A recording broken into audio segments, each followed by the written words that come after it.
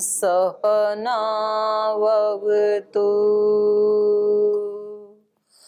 सहनौ भुनक्तु सह वीर्यं करवावहै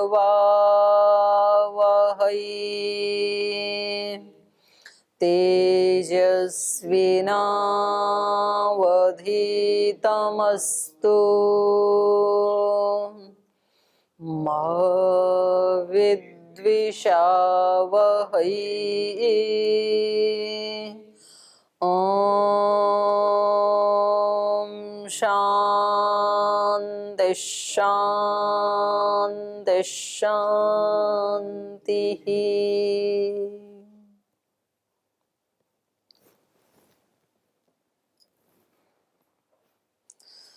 तो दो हेत्वाभास हमने पढ़े, तीन, अनैकांतिक और विरुद्ध और प्रकरण सम।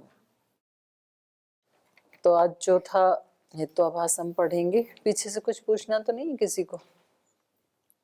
दोहराते नहीं होंगे तो पूछेंगे तो क्या, दोहराया करो इसको साथ साथ। थोड़ी देर लगेगी फिर अभी याद करने में, नहीं तो फिर ज्यादा टाइम लगेगा, बिल्कुल नया सा लगेगा नहीं दोहराओगे तो चौथा हेत्वाभास है साध्य सम। इसकी लक्षण बताते हुए कहा साध्य विशिष्ट साध्यत्वात् साध्य समः। साध्य अविशिष्ट, साध्य से अविशिष्ट होने के कारण, साध्य के समान होने से ही, साध्य धर्म होता है ना प्रतिज्ञा में जिसको हमें सिद्ध करना है, तो ये हेतु क्या होता है? साध्य से अविशिष्ट अर्थात साध्य के समान, अर्थात हेतु भी साध्य ही होता है। हेतु क्या होना चाहिए? वैसे सिद्ध होना चाहिए हमेशा, हेतु हमेशा सिद्ध होता है। प्रतिज्ञा साध्य होती है, हेतु सिद्ध होता है, उदाहरण हमेशा प्रत्यक्ष होता है। ये तीन विशेषताएं हैं ना पंचावयव के तीन अंगों की। उपनय में तो फिर उसी बात को बताया जाता है कि जैसा उदाहरण में और हेतु के माध्यम से हमने सिद्ध किया वैसा ही है ये। तो यहाँ पर हेतु कैसा है? सिद्ध नहीं है, साध्य है, तो इसलिए इसको कहा साध्य सम नाम का हेत्वाभास। भाष्य देखते हैं। द्रव्यम छाया इति साध्यम। प्रतिज्ञा क्या है? छाया द्रव्यम, जो परछाई है, प्रतिबिंब है, वो एक द्रव्य है, ये प्रतिज्ञा की। हेतु क्या दिया? गतिमत्वात् इति। परछाई भी चलती है ना, जब मनुष्य चलता है तो परछाई भी तो चलती है। तो गतिमत्वात्, गति वाली होने से, क्योंकि द्रव्य में गति भी तो होती है ना। द्रव्य की परिभाषा क्या है? वैशेषिक का बोलो। क्रिया गुणवत् समवायी कारणम द्रव्यम। क्रिया वाला होता है, गुण वाला होता है, समवायी कारण वाला होता है, तो उसको द्रव्य कहते हैं। तो क्रिया वाला मतलब गतिमत्वात्, क्रिया वाला होता है, गुण वाला होता है। तो द्रव्य होना चाहिए ना छाया भी, क्योंकि इसमें भी क्रिया है, ये चलती है ये, तो इसलिए इन्होंने कहा छाया द्रव्यम। तो यहाँ पर साध्य क्या है? द्रव्यत्व छाया का। छाया द्रव्य है या नहीं है ये सिद्ध करना है, तो इन्होंने कहा छाया द्रव्यम। और हेतु क्या दिया? गतिमत्वातिथि, गतिमान होने से। तो ये जो हेतु है ये साध्येन अविशिष्ट, ये साध्य के समान है, क्योंकि अभी तो छाया द्रव्य है या नहीं ये ही सिद्ध नहीं हुआ।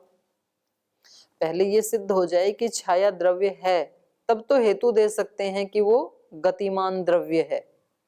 पर जब तक द्रव्य है कि नहीं ये ही सिद्ध नहीं हुआ, तो आप उसको गतिमान कैसे बता सकते हैं?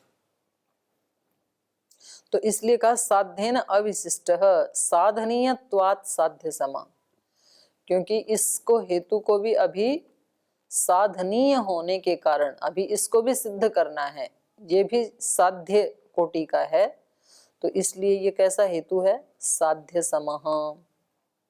अयम अपि असिद्धत्वात् साध्यवत् प्रज्ञापयितव्यः। ये जो हेतु है अयम अपि असिद्धत्वात्, क्योंकि ये भी असिद्ध है, अभी तो प्रतिज्ञा ही असिद्ध है, वो द्रव्य है कि नहीं। अयम अपि असिद्धत्वात् साध्यवत, तो ये हेतु भी असिद्ध होने के कारण साध्य जैसा ही है, ऐसा जान लेना चाहिए। साध्यम तावत एतत्, अभी तो यही साध्य है क्या? किम पुरुषवत छाया अपि गच्छति आहोस्वित आवरक द्रव्य संसर्पति आवरण संतानाद असन्निधि संतानो अयम तेजसो गृह्यते इति। कह रहे पहले तो अभी ये ही साध्य है कि पुरुष की तरह छाया भी चलती है, जैसे पुरुष चलता है वैसी छाया भी चलती है क्या? या फिर आहोस्वित आवरक द्रव्य संसर्पति, जो आवरक द्रव्य है, प्रकाश का जो आवरक द्रव्य है, उसके संसर्पण से आवरण संतानात, वो जो आवरण संतान है उसकी असन्निधि संतान, उसकी असन्निधि का प्रवाह होता रहता है। अयम तेजसो गृह्यते, ये जो तेज है, जो धूप है, उसकी असन्निधि का ग्रहण होता है। अभी तो यही जानने योग्य है। और एक बार समझाऊं, जैसे यहां से ऊपर से धूप आ रही है और ये उस धूप को रोकने वाला आवरक द्रव्य है, तो नीचे छाया हो गई ना। तो अब वो छाया पुरुष की तरह से चलती है, या फिर ये जो आवरक द्रव्य है इसका संसर्पण हो रहा है लगातार, और इसके संसर्पण से आवरक द्रव्य संसर्पति आवरक संतानात, आवरण संतानात, ये आवरण है, ये सरक रहा है, तो ये क्या हो गई? आवरण संतान पूरा। आवरण संतानाद असन्निधि संतान, नीचे जो प्रकाश की सन्निधि होनी चाहिए थी धरती के साथ, उसका क्या हो रहा है? असन्निधि। और वो असन्निधि का भी प्रवाह चल रहा है। जैसे जैसे आवरक द्रव्य सरक रहा है वैसे ही असन्निधि का भी संसर्पण हो रहा है। तो वास्तव में गति उस छाया में है या आवरक द्रव्य में है, ये जानना है। ठीक है, तो यही कह रहे हैं साध्यम तावत एतत् किम पुरुषवत छाया अपि गच्छति, पुरुष के समान ये छाया भी चलती है। आहोस्वित, या फिर आवरक द्रव्य संसर्पति, ये आवरक द्रव्य है, ये सरकता है आगे, ये गति करता है। और आवरण संतानात, उस आवरण के प्रवाह से असन्निधि संतानो अयम तेजस, इस तेज की असन्निधि हो रही है, असन्निधि संतान हो रही है, ऐसा गृहीत होता है। ठीक है, तो इन दोनों में से कौन सा, ये अभी सिद्ध करना है। सर्पता खलु द्रव्येण, इस आवरक द्रव्य के उपसर्पण से, इसके सरकने से, यह तेजो भाग आवृयते, जो जो प्रकाश का भाग, तेज का भाग, आवृयते ढक लिया जाता है, तस्य तस्य असन्निधि, उस भाग की प्रकाश से असन्निधि हो जाती है, असंपर्क हो जाता है। असन्निधि एवं अविच्छिन्नो गृह्यते, और वो असन्निधि ही अविच्छिन्न, लगातार बिना टूटे वो ही गृहीत होती है। आवरणम तो प्राप्ति ही प्रतिषेध, तो कह रही हैं कि ये प्रकाश की प्राप्ति का प्रतिषेध हो रहा है। यहाँ पर आवरण जो है ये प्रकाश के प्राप्ति का प्रतिषेध कर रहा है। बीच में आवरण आ गया ना, तो वहां प्रकाश की प्राप्ति नहीं हो रही है जमीन को, तो ये आवरण उस प्रकाश के प्राप्ति का प्रतिषेध कर रहा है। छाया थोड़ी चलती है, वास्तव में चलता क्या है? आवरक द्रव्य चलता है। तो इसलिए कह रहे हैं कि यहाँ पर इन्होंने क्या कह दिया था, हेतु क्या दे दिया? गतिमत्वात्। छाया द्रव्य क्यों है? क्योंकि उसमें गति है। तो गति उसमें नहीं है बल्कि आवरण द्रव्य में गति होती है, तो इसलिए ये हेतु ठीक नहीं है। एक झट से देखने में तो ऐसे ही लगता है कि भाई हाँ गति तो होती है उसमें, जब मनुष्य चलता है तो छाया भी चलती है, तो वास्तव में छाया नहीं चलती है बल्कि आवरण द्रव्य चलता है। तो साध्य के समान होने के कारण इस हेतु को भी क्या कहा? साध्य सम नाम का हेत्वाभास। अब पांचवा है कालातीत नाम का हेत्वाभास। कालात्ययापदिष्टः कालातीतः, कह रहे काल के अतिक्रमण के द्वारा, कालत्यया अपदिष्ट, काल के अतिक्रमण के द्वारा अपदिष्ट होना, कहा हुआ होना, ऐसे हेतु को कहेंगे कालातीतः, कालातीत नाम का हेत्वाभास। कालात्ययेन युक्तः यस्य अर्थैकदेशो अपदिश्यमानस्य स कालात्ययापदिष्टः कालातीत इति उच्यते। यस्य अपदिश्यमानस्य अर्थैकदेशः कालात्ययेन युक्तः स कालात्यय अपदिष्ट कालातीत इति उच्यते। जिस हेतु का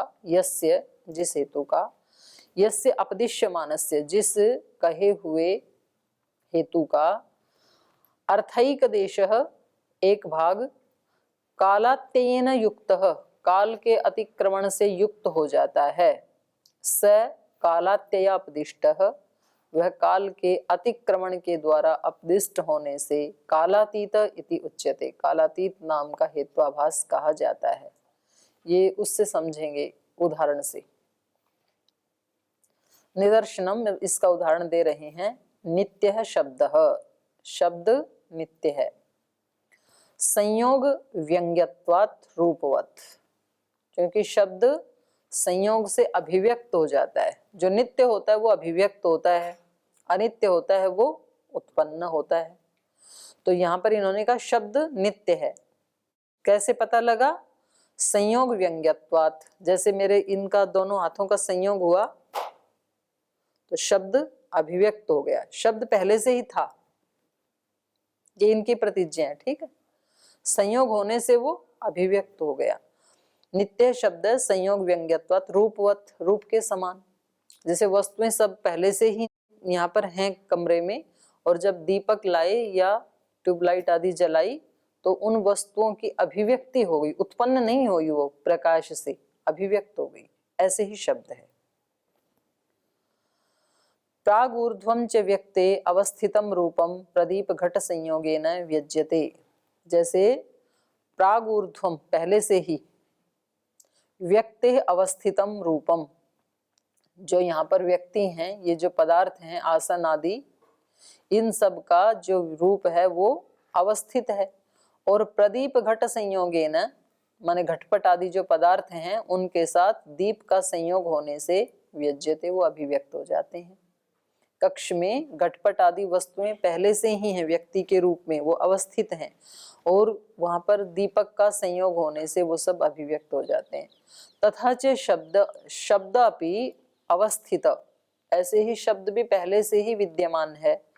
और शब्दो अपि अवस्थितो भेरी दंड संयोगेन व्यज्यते, भेरी और दंड का संयोग होने से, जैसे वो नगाड़ा होता है और उसके ऊपर जब दंड का संयोग होता है, डंडा मारते हैं उसके ऊपर, तो अभिव्यक्त हो जाता है। दारू परशु संयोगेन वा, या फिर लकड़ी और परशु का संयोग होने से, जैसे वो कुल्हाड़ा पड़ता है ना लकड़ी के ऊपर काटने के लिए, तो शब्द उत्पन्न होता है। या नगाड़े के ऊपर डंडा मारते हैं तो शब्द उत्पन्न होता है। तो इनका कहना ये शब्द पहले से ही विद्यमान है आकाश में, और इस संयोग से वो अभिव्यक्त हो जाता है, दारू परशु के संयोग से या तो भेरी और दंड के संयोग से। तस्मात् संयोग व्यंग्यत्वात् अनित्य शब्द इति अयम अहेतु कालात्ययापदेशात्। तस्मात् संयोग व्यंग्यत्वात्, इसलिए संयोग से अभिव्यक्त होने के कारण नित्य शब्द, शब्द नित्य है। इति अयम अहेतु, तो कह रहे हैं ये अहेतु है, ये ठीक नहीं है। क्यों? कालात्ययापदेशात्, ये जो हेतु है ये काल के अतिक्रमण के द्वारा उपदेशित किया है। कैसे? व्यंजकस्य संयोगस्य कालम न व्यंग्यस्य रूपस्य व्यक्ति अत्येति। जो इन्होंने रूपवत उदाहरण दिया था उसमें जो व्यंजक है, व्यंजकस्य संयोगस्य कालम न व्यंग्यस्य रूपस्य व्यक्ति अत्येति। व्यंग्यस्य रूपस्य, व्यंग्य जो हो रहे हैं उस रूप का, व्यंग्य क्या हो रहा है यहाँ पर? घटपट आदि।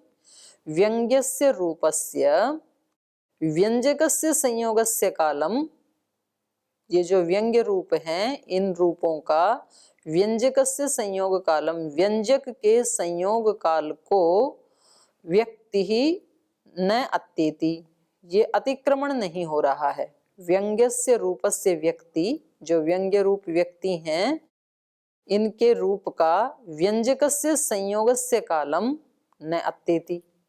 जो व्यंजक दीपक आदि है उसके संयोग के काल का अतिक्रमण यहाँ नहीं हो रहा है। जैसे यहाँ पर व्यंग्य है घटपट आदि पदार्थ, और उनका संयोग जैसे ही हुआ दीपक से तो वो तुरंत अभिव्यक्त होती हैं, और आप उसी समय दीपक को बुझा दो, उसी समय आपको नहीं दिखाई देंगी। तो काल का अतिक्रमण नहीं हुआ ना यहाँ पर।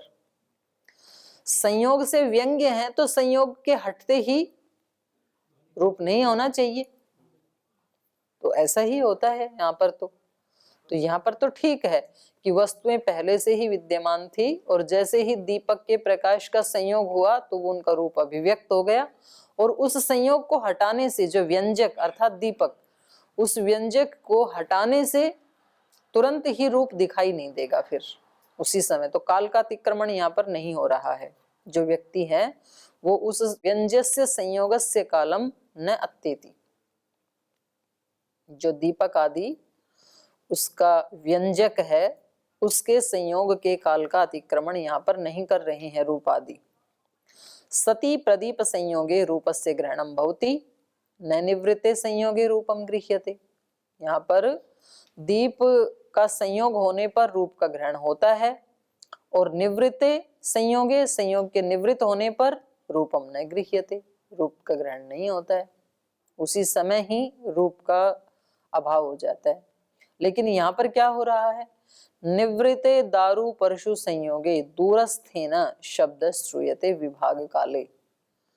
यहाँ पर कोई व्यक्ति लकड़ी के ऊपर वो मार रहा है कुल्हाड़ा, और दूर कोई व्यक्ति खड़ा है तो उसको दिखाई दे रहा है, उसने कुल्हाड़ा मारा फिर ऐसे ऊपर उठाया, जब उसने ऊपर उठाया तब उसको शब्द सुनाई दे रहा है। तो संयोग के हटते ही शब्द भी तो समाप्त हो जाना चाहिए था ना। जैसे यहाँ दीपक के हटते ही रूप की भी निवृत्ति हो जाती है, पर यहाँ अतिक्रमण हो रहा है काल का। जिस काल में संयोग हुआ था उस संयोग काल के हट जाने पर भी शब्द सुनाई दे रहा है। यहाँ ऐसे नहीं होता कि दीपक बुझा दिया तो भी रूप दिखाई दे आपको, ऐसा तो नहीं होता है, अतिक्रमण नहीं होता है। तो ये कह रहे हैं निवृत्ते दारु परशु संयोगे, दारु लकड़ी और परशु का संयोग निवृत्त होने पर भी दूरस्थेन, दूर स्थित व्यक्ति के द्वारा शब्द श्रूयते विभाग काले। जब दारु परशु का विभाग हो गया उस काल में भी इसको शब्द सुनाई दे रहा है। सायम शब्द से व्यक्ति, तो ये जो शब्द की अभिव्यक्ति है ये संयोग कालम अत्येति इति, संयोग के काल का अतिक्रमण कर रही है। न संयोग निर्मिता भवति, इसलिए ये संयोग से अभिव्यक्त हुई हो ऐसा नहीं हो सकता है। कस्मात् कारण अभावाद ही कार्याभाव इति, क्योंकि कारण के अभाव से कार्य का अभाव हो जाता है, ये सिद्धांत है। तो कारण क्या था इसकी अभिव्यक्ति का? संयोग, दारु परशु का संयोग, और जब कारण हट गया तो कार्य का भी अभाव होना चाहिए, होता तो नहीं है। एवं उदाहरण साधर्म्यस्य अभावात असाधनम अयम हेतु हेत्वाभास इति। तो इस प्रकार से हेतु कैसा होना चाहिए? उदाहरण साधर्म्यात साध्य साधनम हेतु। तो यहाँ उदाहरण के साथ साधर्म्य नहीं है ना, इसका उदाहरण जो रूपवत दिया था उसके साथ साधर्म्य नहीं है, वहां तो काल का अतिक्रमण नहीं हो रहा है दीपक के संयोग में तो, लेकिन यहाँ अतिक्रमण हो रहा है। तो उदाहरण साधर्म्यस्य अभावात, उदाहरण में साधर्म्य का अभाव होने से असाधनम अयम हेतु, ये हेतु जो है ये इसका साधन नहीं बनेगा, साध्य का साधन नहीं बनेगा, इसलिए हेत्वाभास इति, इसलिए ये हेतु नहीं है बल्कि हेत्वाभास है। प्रदीप घट संयोगी ये उदाहरण देगा तब तो बन जाएगा, विदर्भ संयोग का देगा तब नहीं बनेगा। शब्दों की पसंद है ना, शब्द में उसका कैसे देगा दीपक का संयोग का? ये तो शब्द का है ना, तो शब्द का ही तो उदाहरण आएगा। प्रदीप घट संयोग से तो बता रहे हैं कि जैसे वहां रूप की अभिव्यक्ति हो रही है ऐसे ही यहाँ शब्द की अभिव्यक्ति हो रही है। जैसे वहां रूप नित्य हैं पहले से ही, संयोग से निर्मित नहीं हुए ना, ऐसे ही यहाँ शब्द भी संयोग से निर्मित नहीं हुआ, उत्पन्न नहीं हुआ, बल्कि अभिव्यक्त हुआ है। अवयव विपर्यास वचनम न सूत्रार्थः। अब कुछ जो बौद्ध हैं वो यहाँ पर कालातीत को क्या कहते हैं, जो हेतु, जब पंचावयव में जो हेतु का काल है उस काल का जो अतिक्रमण कर जाए उस हेतु को कहेंगे कालातीत। माने हेतु का काल कौन सा है, दूसरे नंबर पे आता है हेतु। तो अगर कोई पहले तो प्रतिज्ञा करे फिर सीधा उदाहरण दे दे और तीसरे नंबर पे कोई हेतु बताई फिर, तो उसको ये क्या कहेंगे, कालातीत नाम। ऐसा अर्थ किया है उन्होंने इसका, कालातीत हेतुआभास का। तो ये कह रहे हैं ये ठीक नहीं है। भाष्यकार कह रहे हैं अवयव विपर्यास वचनम न सूत्रार्थ। अवयवों का विपर्यास हो जाना, उनका आगे पीछे हो जाना, विपर्यास वचनम, ये सूत्र का अर्थ ठीक नहीं है। कस्मात् यस्य येनार्थ संबंधो दूरस्थस्यापि तस्य सह। कह रहे जिसका जिसके साथ संबंध होता है ना, वो दूर स्थित होता हुआ भी वो संबंध बना ही रहता है। माने हेतु दूसरे नंबर पे ना आकर के तीसरे नंबर पर आ जाए तो भी वो अपना काम करेगा ही हेतु। तो प्रतिज्ञा से थोड़ा दूर स्थित होने पर भी हेतु अपना काम करेगा। जिसका जिसके साथ संबंध होता है तो वो कितनी भी दूर क्यों ना हो, आपके माता पिता आपसे कितने दूर बैठे हैं, लेकिन दूर होते हुए भी जिनके साथ संबंध है तो वो संबंध दूरी के कारण टूट जाएगा क्या। और कोई व्यक्ति बिल्कुल आपकी जड़ में बैठा हो, मतलब यहाँ तो ठीक है सारे सबका प्रेम भाव ही है, पर किसी का किसी के साथ प्रीति ना हो और वो बिल्कुल जड़ में बैठा हो तो उससे संबंध जुड़ जाएगा क्या, नहीं जुड़ेगा। बिल्कुल पास बैठे होने पे भी नहीं जुड़ेगा। तो अच्छा सा उदाहरण दिया है इन्होंने। यस्य येन अर्थ संबंध, जिसका जिस पदार्थ के साथ संबंध है, दूरस्थस्य अपि तस्य सह, वो दूर स्थित होने पर भी वो संबंध उसका उसके साथ रहता ही है। तो ये सूत्र का अर्थ ठीक नहीं है, बल्कि हमने जो अर्थ किया है वो अर्थ ही ठीक है। अर्थ तो द्य समर्थानाम आनंतर्यम अकारणम, ये द्य नहीं है। अर्थ है, अर्थ तो ह्य असमर्थानाम, ये है असमर्थानाम, जो समर्थ नहीं है उनका जो नैकट्य है। अर्थ तो ह्य समर्थानाम, अर्थ तो ही असमर्थानाम आनंतर्यम अकारणम, जिनका कोई प्रयोजन नहीं है, आपस में कोई संबंध नहीं है, उनका जो असमर्थ हैं उन असमर्थों का आनंतर्य अकारणम, वो किसी प्रयोजन वाला नहीं होता, अकारण ही होता है। जिनके निकट आने से किसी अर्थ की सिद्धि नहीं होती, जिनका जिनके साथ संबंध नहीं है, तो वो कितने भी निकट भी हो तो भी वो नैकट्य अकारण है। जब आप परेशान होते हैं तो आपके साथ यद्यपि यहाँ पर 100-200 लोग रहते ही हैं ना गुरुकुल में, पर यदि वो आपके दुख में शामिल नहीं होते हैं तो उनका निकट रहना अकारण ही है। तो आपको याद तो उसी की आती है ना जो बहुत दूर भी बैठा है, अपने माता पिता आदि, तो उनकी याद आती है फिर उस समय। तो वो दूर होते हुए भी वो संबंध बना रहता है, पर यदि अर्थ की सिद्धि नहीं होती है तो असमर्थानाम आनंतर्यम अकारणम, जो असमर्थ हैं उनकी निकटता भी अकारण ही होती है। इति एतत् वचनात् विपर्यासेन उक्त हेतु उदाहरण साधर्म्यात् तथा वैधर्म्यात् साध्य साधनम हेतु लक्षणम न जहाति। तो इस वचन से हमें क्या पता लगा, इति एतत् वचनात् विपर्यासेन उक्त, भले ही वो तीसरे नंबर पे कहा हो, विपर्यास से कहा हो हेतु,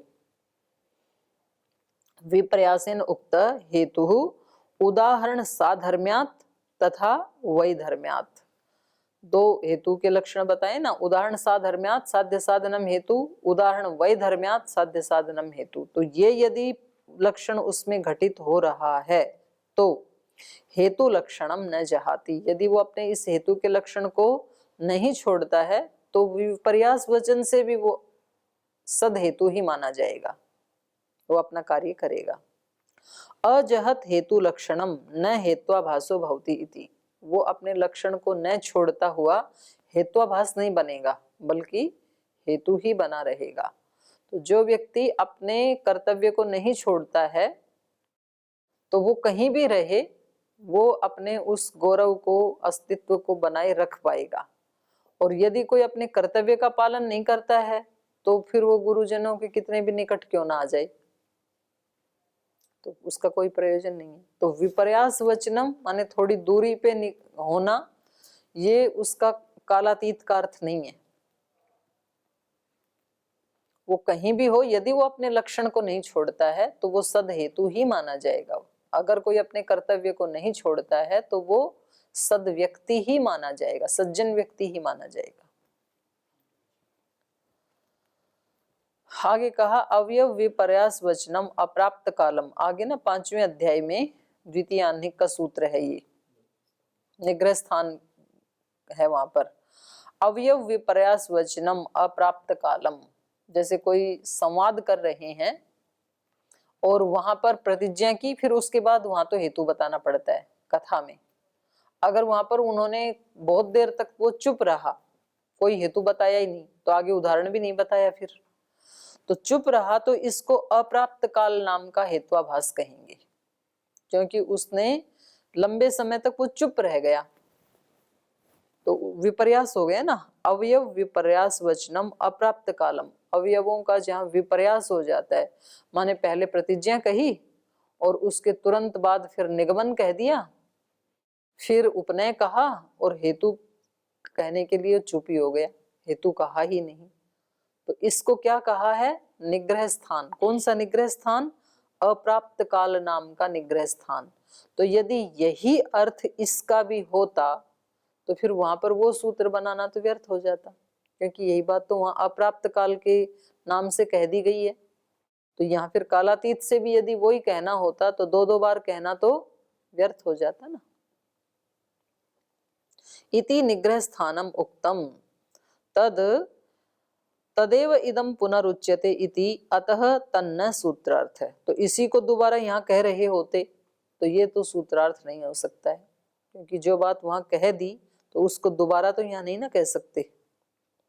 इति षड्भी सूत्रई हेत्वाभास लक्षण प्रकरणम। तो इस प्रकार से इन 6 सूत्रों में 5 हेत्वाभास का लक्षण बताया गया है।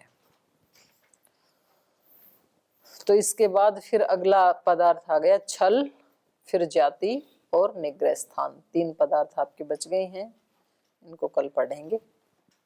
आज यहीं विराम लेते हैं।